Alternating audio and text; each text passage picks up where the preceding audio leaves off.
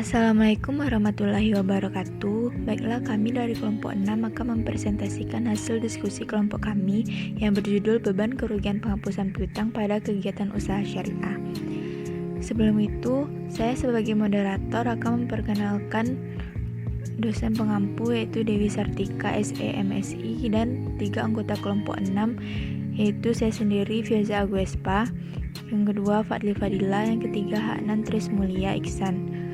Beban kerugian penghapusan piutang pada kegiatan usaha syariah yaitu terdapat 6 materi, yaitu penentuan kualitas aktiva produktif, penyisian kerugian aktiva produktif, penghapus bukan aktiva produktif, penghapusan hak tagih, pengambil alihan anggunan, pengakuan pendapatan piutang, dan pembiayaan. Selanjutnya, materi akan disampaikan oleh Fadli Fadilah. Penentuan kualitas aktiva produksi. Aktiva produktif adalah penanaman dana bank baik dalam rupiah maupun valuta asing dalam bentuk pembiayaan surat berharga syariah, penempatan pernyataan modal sementara, komitmen dan kontingensi pada transaksi rekening administratif serta sertifikat wadiah Bank Indonesia. Selanjutnya, penyisian kerugian aktiva produktif. Penyisian kerugian aktiva produktif adalah penyisian yang harus dibentuk baik dalam rupiah maupun valuta asing untuk menutup kemungkinan kerugian yang timbul sehubungan dengan penanaman dana ke dalam aktiva produktif. Yang selanjutnya, penghapus bukan aktiva produktif. Cadangan umum pada bank umum syariah minimal 18% dari seluruh aktiva produktif yang digolongkan lancar, tidak termasuk sertifikat wadiah bank syariah, SWBI, dan surat utang pemerintah atau SUP.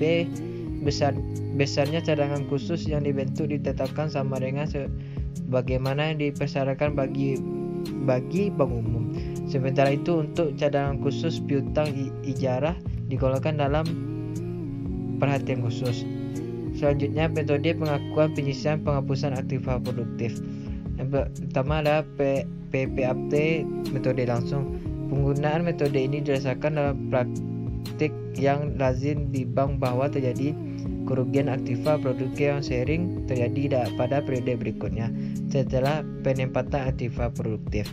Yang kedua ada PPAP, metode cadangan.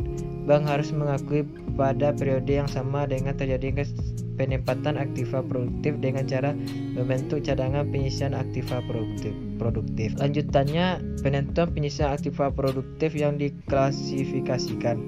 Pertama, metode penentuan besar cadangan penyisian aktiva produktif. Kedua, pendekatan laba rugi dan pendekatan neraca. Yang ketiga, penentuan tingkat PPAP. Yang keempat, cadangan umum dan cadangan khusus. Kemudian akan dilanjutkan oleh Haknan Trismulia Iksan. Penghapusan hak tagih. Pinjaman macet yang tidak dapat ditagih lagi dihapus bukan dari neraca dan dicatat pada rekening administratif. Meskipun pinjaman macet tersebut telah dihapus bukukan, hal ini hanya bersifat administratif sehingga penagihan terhadap debitur tetap dilakukan. Pengambilan alih agunan. AIDA adalah sebagian atau seluruh agunan yang dibeli bank baik melalui pelelangan maupun di luar pelelangan, berdasarkan penyerahan sukarela oleh pemilik agunan atau berdasarkan pemberian kuasa untuk penjual dari pemilik agunan dengan kewajiban untuk dicairkan kembali. Bank dapat mengambil alih agunan dalam rangka penyelesaian pembiayaan. Pengambilan agunan hanya dapat dilakukan terhadap pembiayaan yang memiliki kualitas macet. Ada 4, yaitu aset yang diambil alih AIDA adalah aset yang diperoleh bank melalui pelelangan maupun di luar pelelangan.